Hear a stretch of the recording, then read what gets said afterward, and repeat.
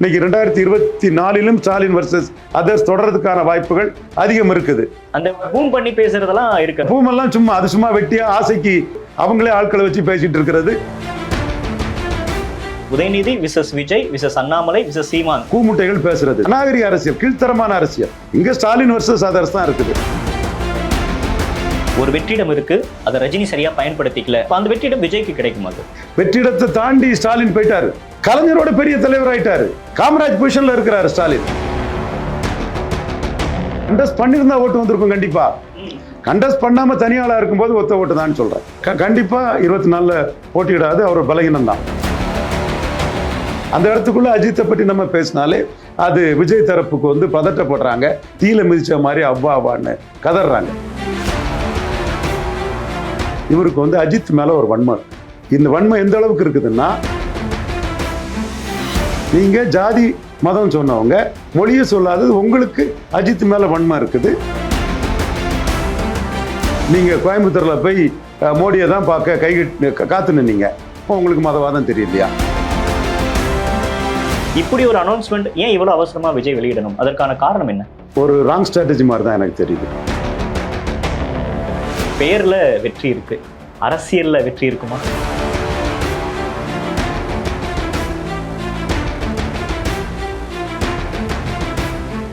அனைவருக்கும் வணக்கம். இன்றைய சிறப்பு நேர்காணலில் நம்மோடு இணைந்திருக்கிறார் அரசியல் விமர்சகர் ரவீந்திரன் துரைசாமி அவர்கள். சார் வணக்கம். வணக்கம் தம்பி. நடிகர் விஜய் தமிழக வெற்றி கழகம் அப்படின்னு ஒண்ணு அறிவிச்சிருக்காரு. பெயர்ல வெற்றி இருக்கு, அரசியல்ல வெற்றி இருக்குமா? எல்லாரும் வெற்றியை நோக்கி தான் பயணிப்பாங்க. வெற்றி பெற்றிருக்காங்க. விஜயகாந்தும் கமல்ஹாசனும் வெற்றி பெற்றிருக்காங்க. விஜயகாந்த் ஒரு 8% ஓட்டு எடுத்தாரு.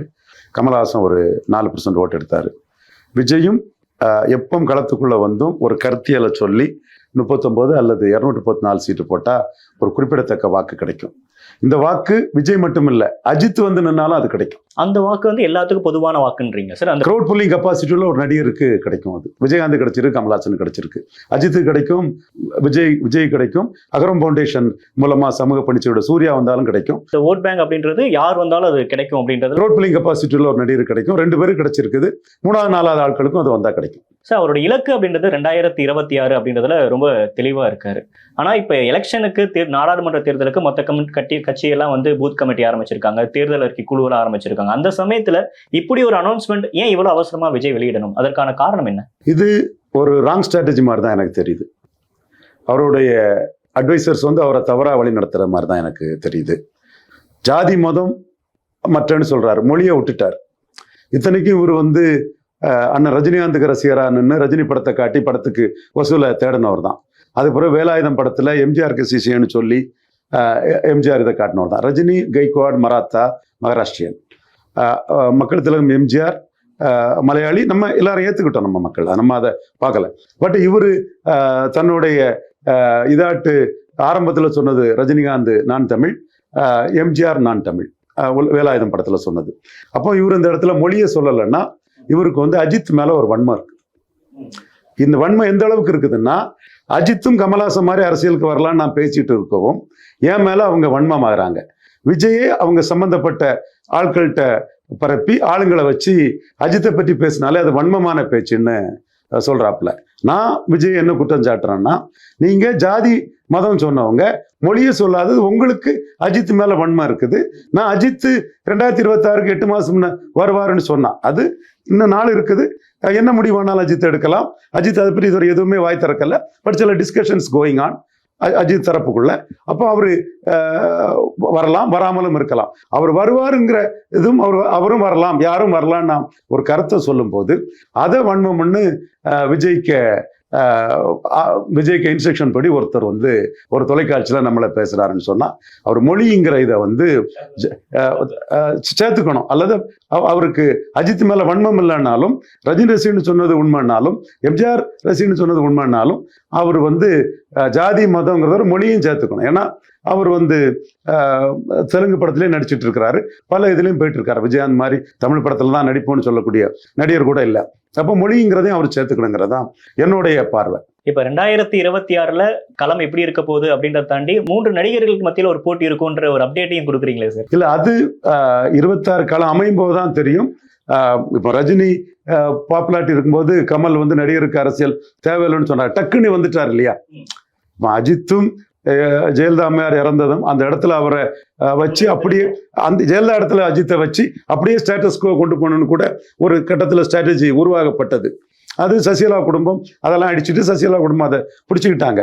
பட் அஜித்தும் அந்த இடத்துக்குள்ள இன்னைக்கு பன்னீர்செல்வம் அஜித் பிறந்த நாளுக்கு வாழ்த்துறாரு, ஜெயக்குமார் அஜித்தை வாழ்த்துறாரு. அந்த எம்ஜிஆர் ஜெயலலிதா சைடில் உள்ளவங்க கலைஞர் சீஃப் மினிஸ்டராக இருக்கும்போது இந்த மேடையில எடுத்து பேசினாருங்கிறதுல அஜித்துக்கும் ஒரு பாப்புலாரிட்டி இருக்குது. அவர் தான் இதை பற்றி எதுவும் மூச்சு விடாமல் இருக்கிறாரு. மனுஷன் இதானே, எஸ்ன்னு சொல்லலாம், நாளைக்கு நோன்னு சொல்லலாம். அந்த இடத்துக்குள்ள அஜித்தை பற்றி நம்ம பேசினாலே அது விஜய் தரப்புக்கு வந்து பதட்டப்படுறாங்க, தீயில மிதிச்ச மாதிரி அவ்வான்னு கதறாங்க. இப்போ ஒரு வெளிப்படையாவே எடுத்துக்கலாம் சார், அஜித்தை பத்தி பேசுறதுனால விஜய் கொஞ்சம் பதற்றம் அடைகிறாரு. கண்டிப்பா பதற்றம் அடைக்கிறார். ஆட்களை தூண்டி விட்டுட்டு அப்படி பேசுறவங்களுக்கு எதிரான சில காரியங்களையும் ஆற்றுறார். சார், இப்போ நீங்க சொல்றப்ப ஒரு வார்த்தை பயன்படுத்துனீங்க, அதிமுக இல்ல அதிமுக சார்ந்திருக்கக்கூடிய தொண்டர்கள் ஒரு ஜெயலலிதா அவர்களோட இடத்துல அஜித் அவர்களை பொருத்தி பார்க்கறாங்க அப்படின்ற மாதிரி ஒரு இதை சொல்லியிருந்தீங்க. அதிமுகன்றது ஒரு வலிமையான இயக்கம் சார், உங்களுக்கு தெரியாது இல்ல, கிட்டத்தட்ட கிரவுண்ட் லெவல்ல இருந்து 72ல இருந்து இன்ன வரைக்கும் கிட்டத்தட்ட நிறைய முறை ஆட்சியில இருந்திருக்காங்க. அவங்க இன்னும் கூட தன்னோட லீடரை வந்து திரைத்துறையில தான் இன்னும் தேடுறாங்களா சார்? அதுக்கான ஒரு மவுஸ் அப்படின்றது அஜித்குமார் இருக்குன்னு எப்படி முடிவுக்கு வராங்க? எடப்பாடி விட்டு கொடுக்க மாட்டார், யாருக்கும் விட்டு கொடுக்க மாட்டார். ரெட்டலை அவர்கிட்ட கிடைச்சிட்டு யாருக்கும் விட்டு கொடுக்க மாட்டார். ரெட்டையில எடப்பாடி தலைமையில என்ன ஓட்டோ அதைத்தான் பார்ப்பாரு. 15க்குள்ள நிறுத்திடலாங்கிறத நான் பார்க்குறேன். என்னோட டார்கெட்டே புலி ஓட்ட எடப்பாடியை 15க்குள்ள தான் நிறுத்தணும். அதுல இந்த எலிகளை பற்றி நான் பெருசா கவலைப்படுறதில்லை.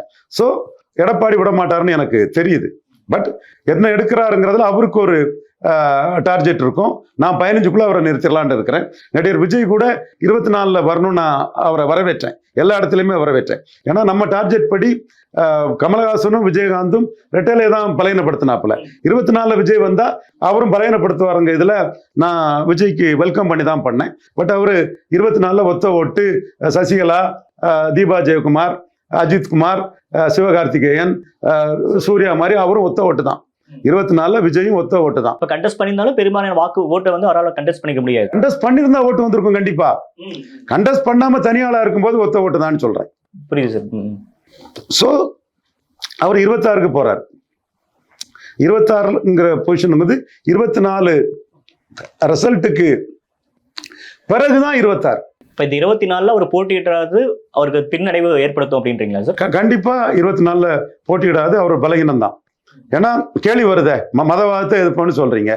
ஜெயலலிதா உங்க அநீதி தான், தலைவா படத்தை இது பண்ணதும் நீங்க கோயம்புத்தூர்ல போய் மோடியை தான் பார்க்க காத்து நின்னீங்க. மோடி ரஜினியை பார்த்த காலகட்டத்தில் நீங்க மோடியை போய் காத்து நின்னீங்க. அப்போ உங்களுக்கு மதவாதம் தெரியலையா?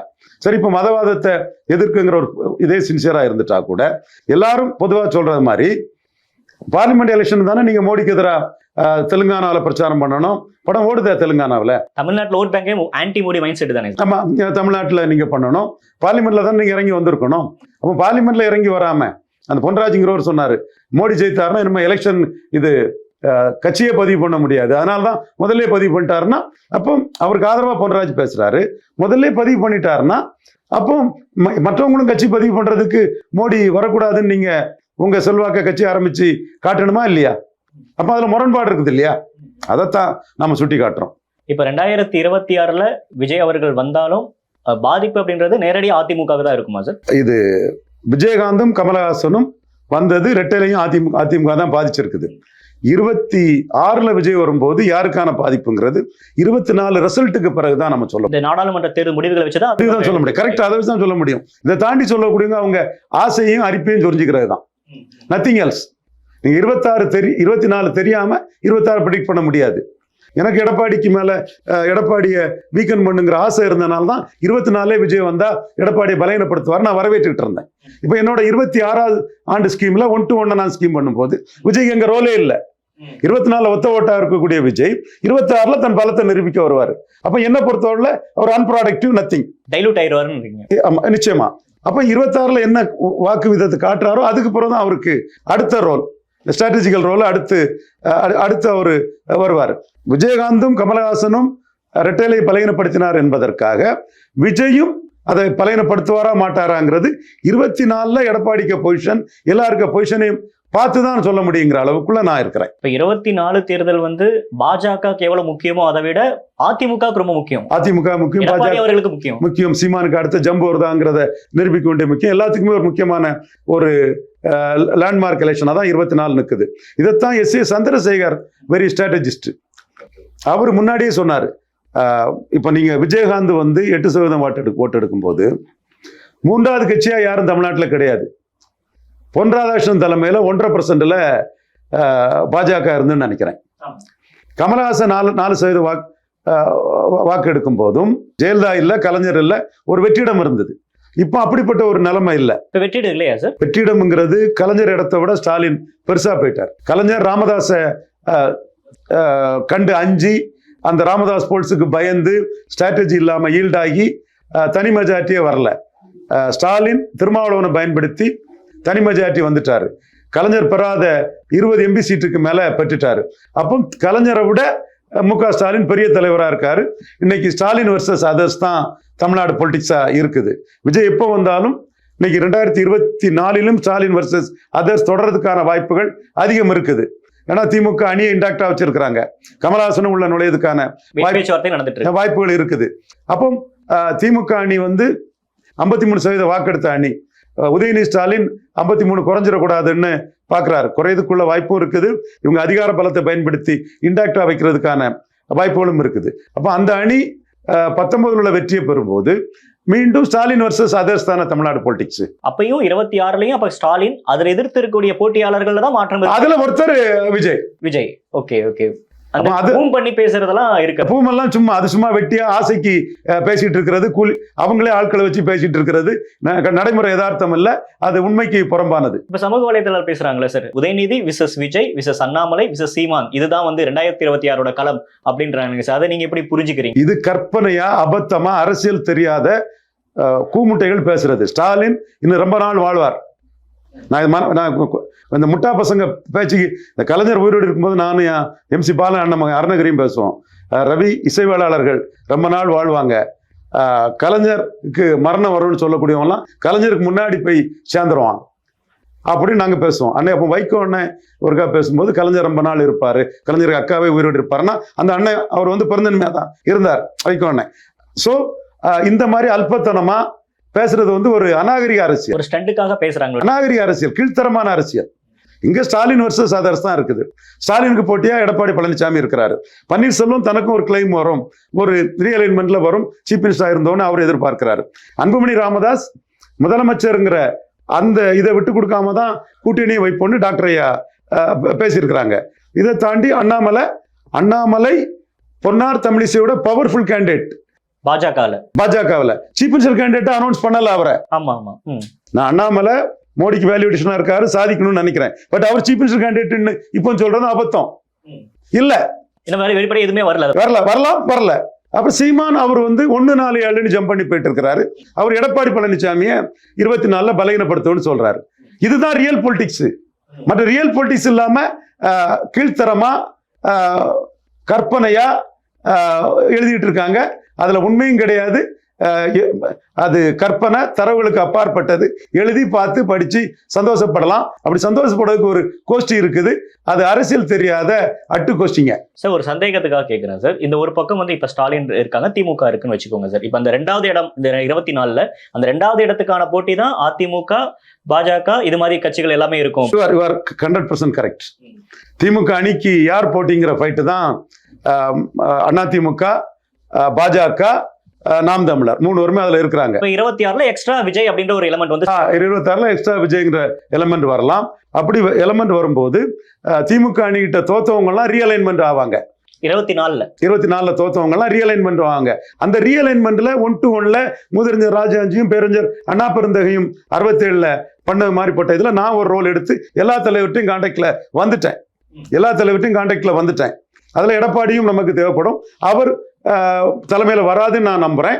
அவர் எடுத்த வாக்கு 1-1க்கு தேவைப்படும் நான் கருதுறேன். அந்த இடத்துல தான் விஜய் எனக்கு சம்பந்தம் இல்லாதவர், அன்ப்ராடக்டிவ். அவர் 26ல தான் தன்னை ஒரு ஆளாட்டு நிரூபிக்க போறாரு. 26ல ஆளா நிரூபிக்கக்கூடிய விஜய் எனக்கு பெர்சன் ஆஃப் நான் கிராட்டா.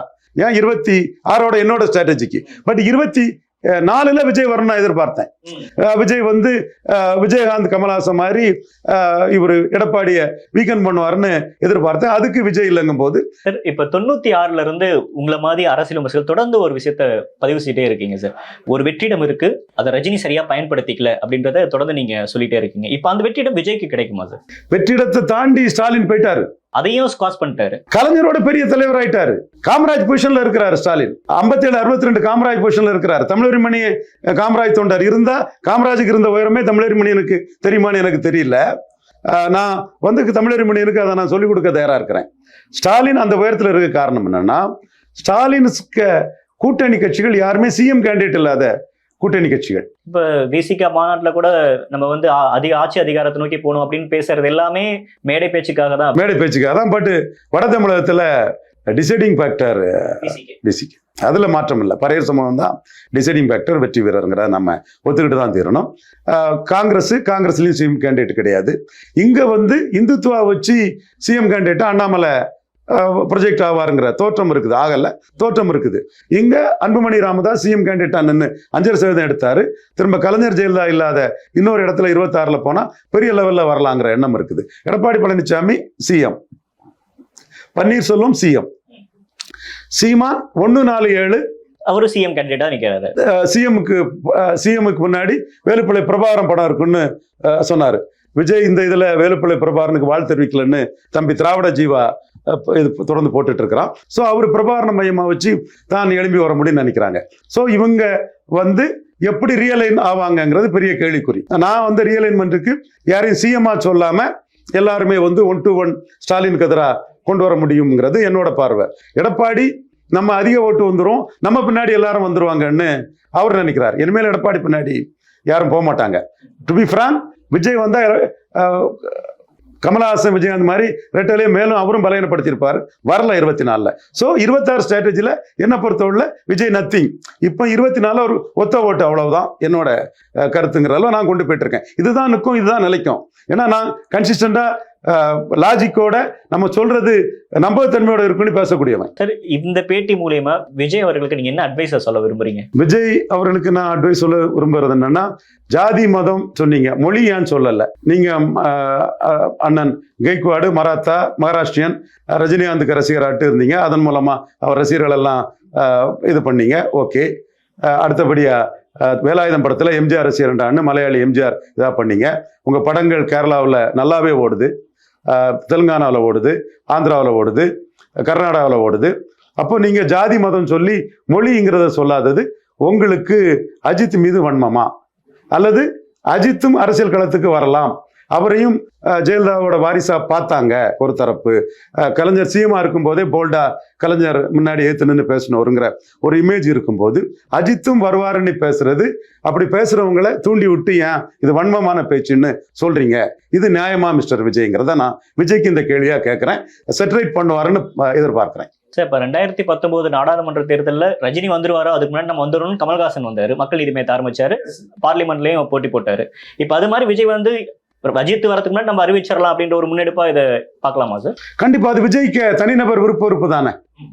அவர் வரணும்னா வரலாம், வராம இருந்தா வராம இருக்கலாம். வரணும்னு மாதிரி அதை ஒரு வாய்ப்பு இருக்குங்கிற மாதிரி பேசுறது வந்து வன்மமாட்டு எப்படி ஆகும்? அது விஜய் அப்படி தூண்டி விட்டு பேசுறது தவறு இல்லையா? அது விஜய் அதை திருத்திக்கணும். அது மட்டும் இல்ல, ஜாதி மதத்துக்கு அடுத்தபடியா மொழியும் சேர்த்துக்கணுங்கிறது என்னோட.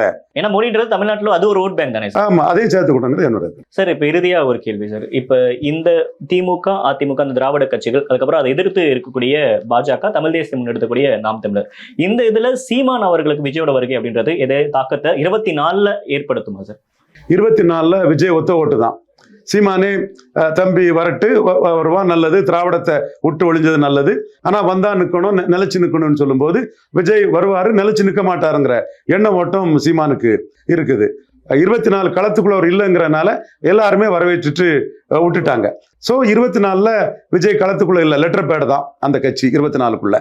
ஸோ 24 ரிசல்ட்ல சீமான் 12% ஜம்ப் பண்ணிட்டாருன்னா சீமான் வந்து நிதிஷ்குமார் மாதிரி தமிழ்நாட்டில் சிஎம் கேண்டிடேட் ஆகிறதுக்கும் ஒரு வாய்ப்பு உண்டு. டிசைடிங் ஃபேக்டரா கூட மாற வாய்ப்புகள் இருக்கு. டிசைடிங் ஃபேக்டர் அந்தஸ்தை அவர் விஜய் அந்த மாதிரி எடுக்கல. 12 வந்தா டிசைடிங் ஃபேக்டர் தான், ஆனா டிசைடிங் ஃபேக்டர் அந்தஸ்தை எடுக்கல அவரு.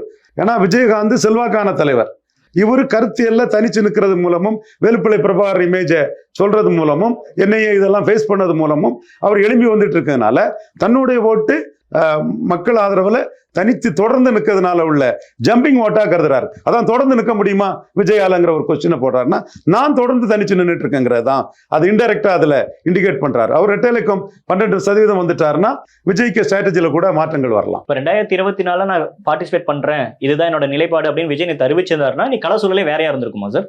கண்டிப்பா கள சூழல்ல விஜயகாந்த் கமலஹாசன் மாதிரி இவரும் அதிமுக பலகீனப்படுத்தியிருப்பார். நிறைய விஷயங்கள் பகிர்ந்துக்கிட்டீங்க, நன்றி சார். நன்றி. அதை நாம எதிர்பார்த்தோம்.